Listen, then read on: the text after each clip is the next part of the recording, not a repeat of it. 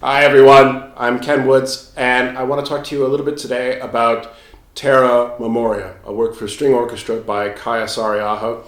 It's an adaptation for string orchestra of her second string quartet. Terra, Earth, Memoria, Memory. In her program note for the piece, Saariaho says this work is dedicated to the memory of those departed. So this is Earth in memorial, in remembrance of those departed. It's an incredibly powerful work, I think. It feels bigger and more dramatic than its 15-minute time span would seem to indicate. It has a real epic quality. It's a piece that's absolutely full of special effects for the musicians, and I'll make a confession now. As a cellist, often when I see a piece full of special effects, my heart kind of sinks.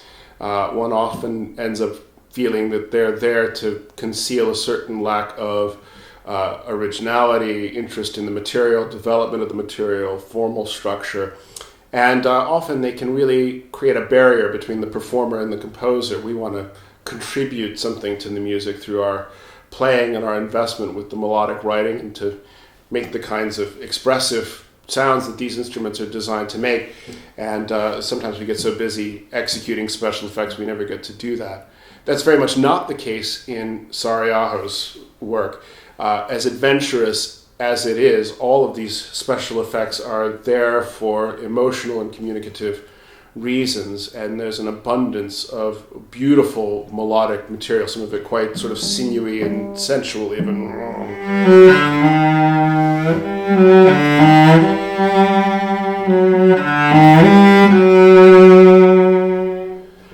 She writes in the preface to her score that my music is flexible. The shapes of the phrases can be accentuated with small ritardandos and accelerados. It's important for me that the musicians can express themselves through my music.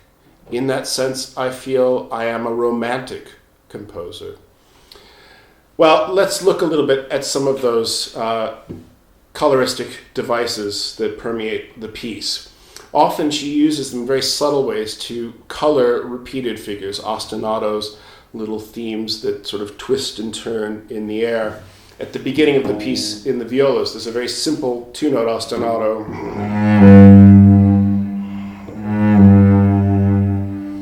And she colors this in all sorts of different ways. So by having us play with just the stick of the bow, which she then asks us to move up over the fingerboard, sul tasto, barely a sound at all, and then to do that with a trill. She also asks us to play sul ponticello, very close to the bridge, and with a trill.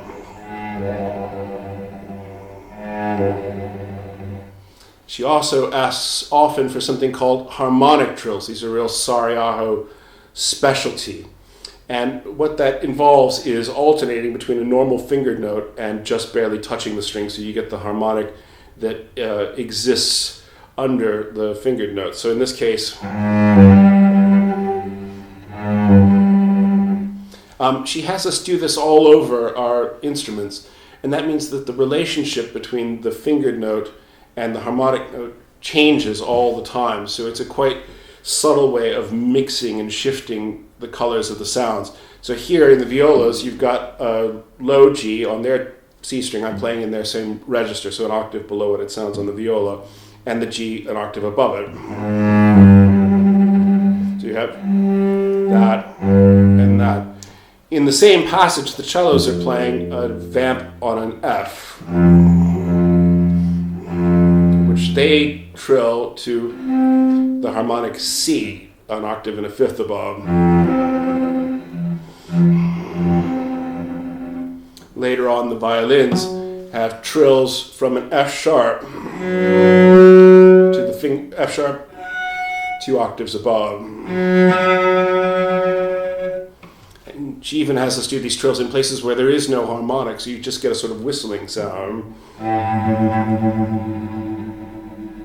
Very subtle, very delicate little cobwebs of sound. In addition to the playing with the stick of the bow sul ponticello. She has us occasionally playing behind the bridge. And there's some quite harsh special effects. She asks us on a number of occasions to increase the bow pressure into what she calls a scratch tone. It's not actually an easy thing to do because our natural inclination as string players, when something gets very intense, is to give it more motion to really get the sound going. And that then doesn't scratch. You can play incredibly aggressively without a scratch sound. So what you have to do is actually slow the bow down, which is a little counterintuitive in loud playing, to really get it to scratch. But she helps us by giving us some very dissonant intervals to do that on. Like a lot of composers, especially those who are inspired by vocal qualities in their music, she uses a lot of slides, but in addition to these vocal, lyrical slides, there's quite a few slides where the player has to hold one note down and slide with the other finger.